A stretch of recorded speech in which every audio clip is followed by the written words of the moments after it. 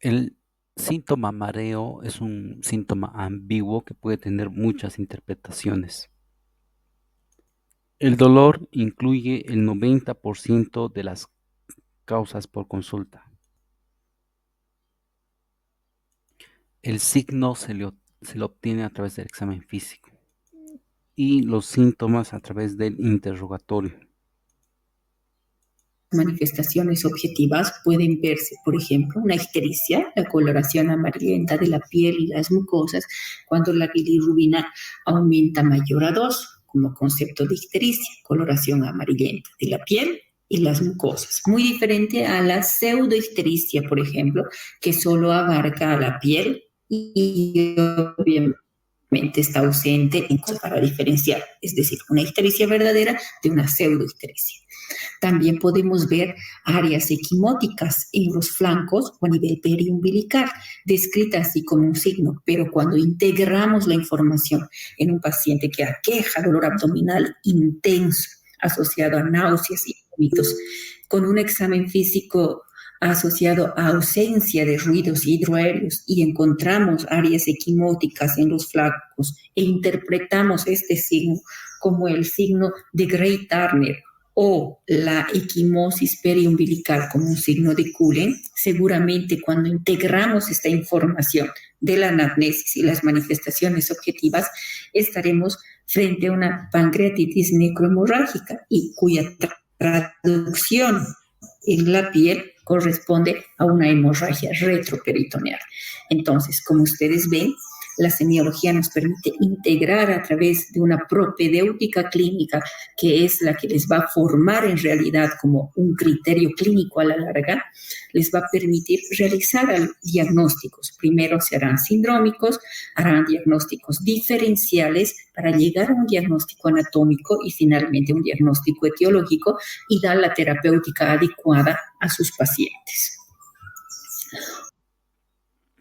Otro signo, doctores, que ustedes pueden observar acá, ¿cuál sería? Si bien la clase teórica, entre comillas, es una clase magistral, siempre vamos rompiendo esquemas y vamos a hacer una clase participativa donde ustedes ven acá un paciente con mirada al frente, al inspector o en realidad al médico, donde pueden ver básicamente y al tiro la alteración en la mirada.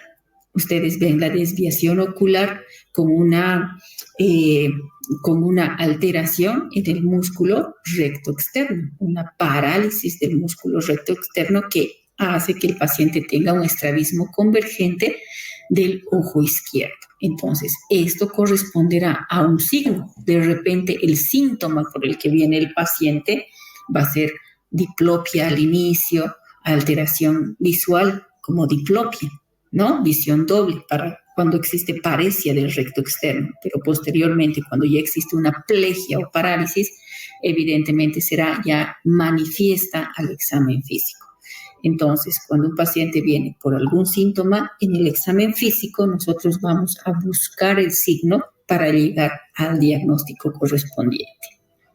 Otra manifestación correspondiente a un signo, cuando realizamos el examen de las pupilas. Lo normal, cuando existe una estimulación con luz hacia las pupilas, está por el nervio óptico, irá por los diferentes niveles o vías visuales para producir como consecuencia a través de la vía aferente, irá a través del nervio óptico, hará sinapsis a nivel del tronco cerebral para volver por el tercer par y producir miosis.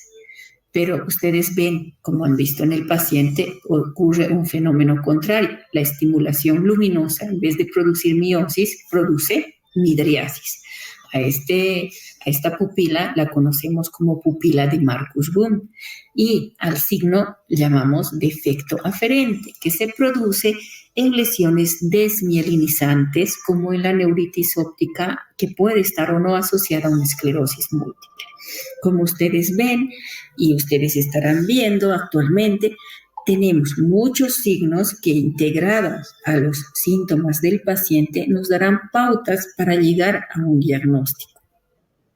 Una marcha en un paciente también ya nos inducirá a a sospechar de una etiología determinada. Ustedes ven, esto es cuando yo era todavía estudiante de medicina, tenía docentes como el doctor Núñez, que ha sido mi mentor, donde se van viendo pacientes y obviamente para no olvidarnos tenemos tecnología actualmente y ustedes ven en los pasillos, esta es la Caja Nacional hace mucho tiempo, ¿no? Ustedes ven la marcha, no es una marcha normal, ustedes ven que en el trayecto del paciente existe algo alterado. Uno, ven la poca movilidad en el brazo derecho y ven que la marcha es una marcha paraparética, con debilidad en ambas piernas que hace que el paciente arrastre prácticamente los pies. La semiología es una rama tan importante para el clínico, doctores, que el observar y el escuchar van a ser las armas más poderosas que ustedes van a tener en este año y de aquí en adelante. El buen clínico, nos dicen los libros, que es observador, pero además sabe escuchar. Entonces, ustedes no saben cuánta información nos da la historia clínica para llegar a un diagnóstico. Si bien en la actualidad tenemos muchos métodos diagnósticos y en algunos casos obviamos o dejamos a un lado la historia clínica para pasarnos a hacer estudios de alta complejidad. Estos en realidad nos ayudan para hacer diagnósticos diferenciales o ver la gravedad de alguna enfermedad, ¿no? Nunca, doctores, va a pasar de moda la historia clínica y obviamente el criterio clínico, pues a través de su conocimiento y razonamiento ustedes van a poder obtener una buena historia clínica para llegar a un diagnóstico. Otro signo serán las manifestaciones que se presentan en los exámenes complementarios. Un hemograma con anemia es un signo. Los hallazgos en la punción lumbar con una hipoproteinorraquia, por ejemplo, nos inducirá a pensar algunas otras patologías. Entonces, el encontrar las características del líquido cefalorraquídeo, un líquido claro, con salida a poca presión, sin aumento de presión, son hallazgos, son signos también que vamos encontrando. Por lo tanto, los hallazgos en una placa radiográfica, los hallazgos en un hemograma, los hallazgos en un citoquímico de líquido cefalorraquídeo, de líquido pleural, de líquido acítico, corresponden a signos. Es objetivo de tercer año, doctores, que ustedes al finalizar esta rotación tengan que... Por lo tanto, cuando viene un paciente con algún síntoma,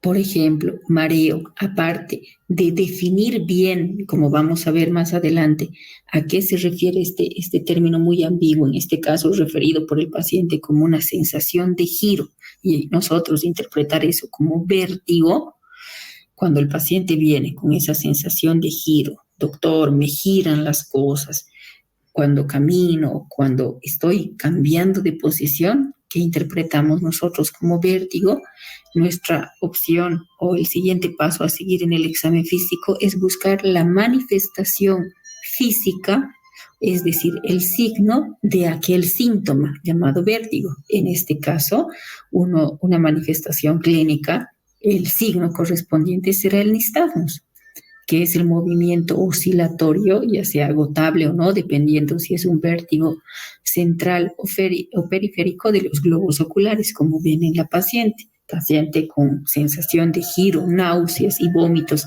incapacidad funcional debido a esta manifestación. Entonces, el signo característico va a ser el nistagmus. Entonces, cuando el paciente viene con algún motivo de consulta, que generalmente es un síntoma, aunque también puede haber motivos de consulta que son signos, ¿ya?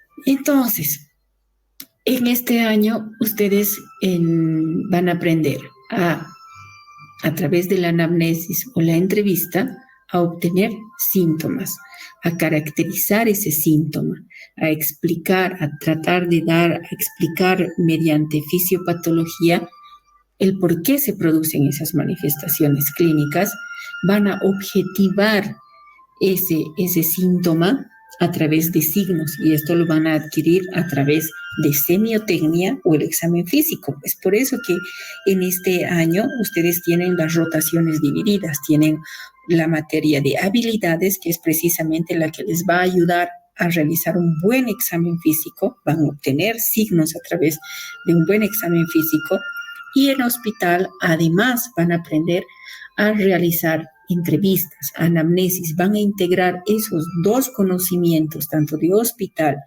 y la parte de habilidades, para llegar a realizar, estudiar completamente los síndromes. Van a aprender a hacer a final de año diagnósticos sindrómicos y cómo se define por lo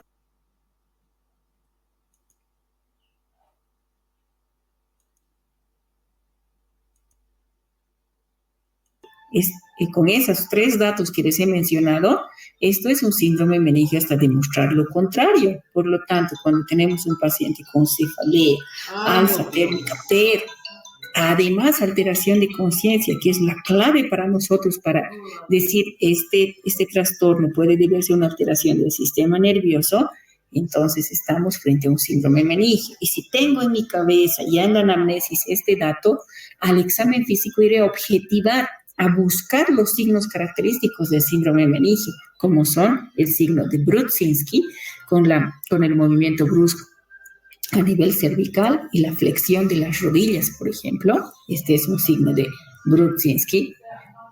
El signo de Kearney, que corresponde a la flexión de las rodillas cuando éste se va elevando. Entonces, estamos ahí ya para hacer un diagnóstico. Es decir, tenemos. Cuando hay alteración de la conciencia es un cuadro meningoencefálico difuso. Hemorragia subaracnoidea. Para llegar al diagnóstico etiológico hay que hacer estudios como una punción lumbar, un cultivo, etc.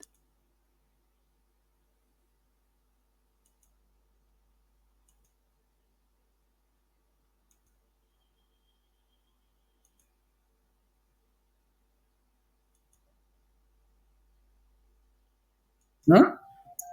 Que es el signo característico como la hiperextensión del primer ortejo del dedo y cuando hacemos el roce por la parte periférica de la planta de los pies, un signo reflejo. El reflejo normal es el reflejo plantar, que corresponde a la prensión de los dedos, ¿no? Como un signo normal, un signo superficial, un reflejo superficial. Pero el no tenerlo o el tenerlo en hiperextensión o encontrar el signo de hiperextensión del primer ortejo cuando hacemos esta respuesta plantar, llamamos signo de Babinski.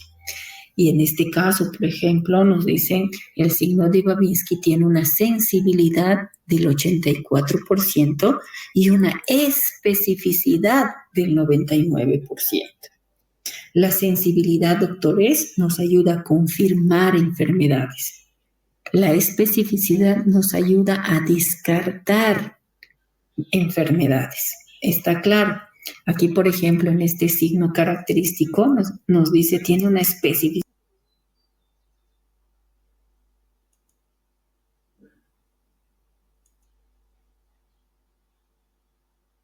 de estudios que se realizan, se van agrupando en niveles de evidencia, alto, moderado, bajo, para llegar a recomendar una determinada maniobra, un determinado método diagnóstico.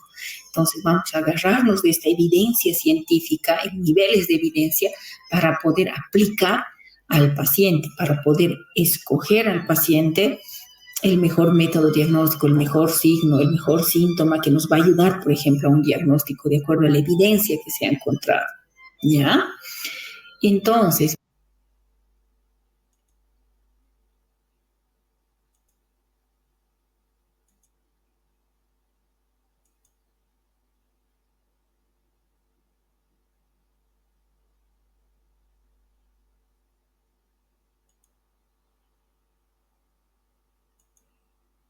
técnica de hospitalización y de consulta externa van a ser algo diferentes.